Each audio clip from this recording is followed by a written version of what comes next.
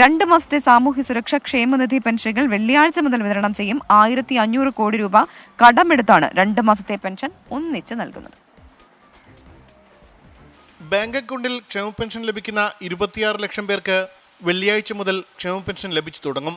സഹകരണ ബാങ്കുകൾ വഴി വിതരണം ചെയ്യുന്ന 35 ലക്ഷത്തിലധികം പേർക്ക് തുടർന്നുള്ള ദിവസങ്ങളിലും ലഭിക്കും.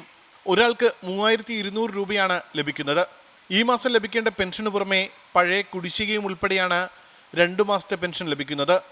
1604 കോടി രൂപയാണ് ധനവകുപ്പ് ഇതിനായി അനുവദിച്ചത്. നേരത്തെ ഉണ്ടായിരുന്ന 4 മാസത്തെ കുടിശ്ശിക ഇതോടെ 3 കുറയും. 1500 കോടി രൂപയാണ് പെൻഷൻ നൽകാനായി കടമെടുത്തത്. ഈ സർക്കാർ വന്ന ശേഷം 35,400 കോടി രൂപയാണ് ക്ഷേമ പെൻഷൻ വിതരണത്തിനായി അനുവദിച്ചത്. ഇതിൽ 2% മാത്രമാണ് കേന്ദ്ര സഹായം.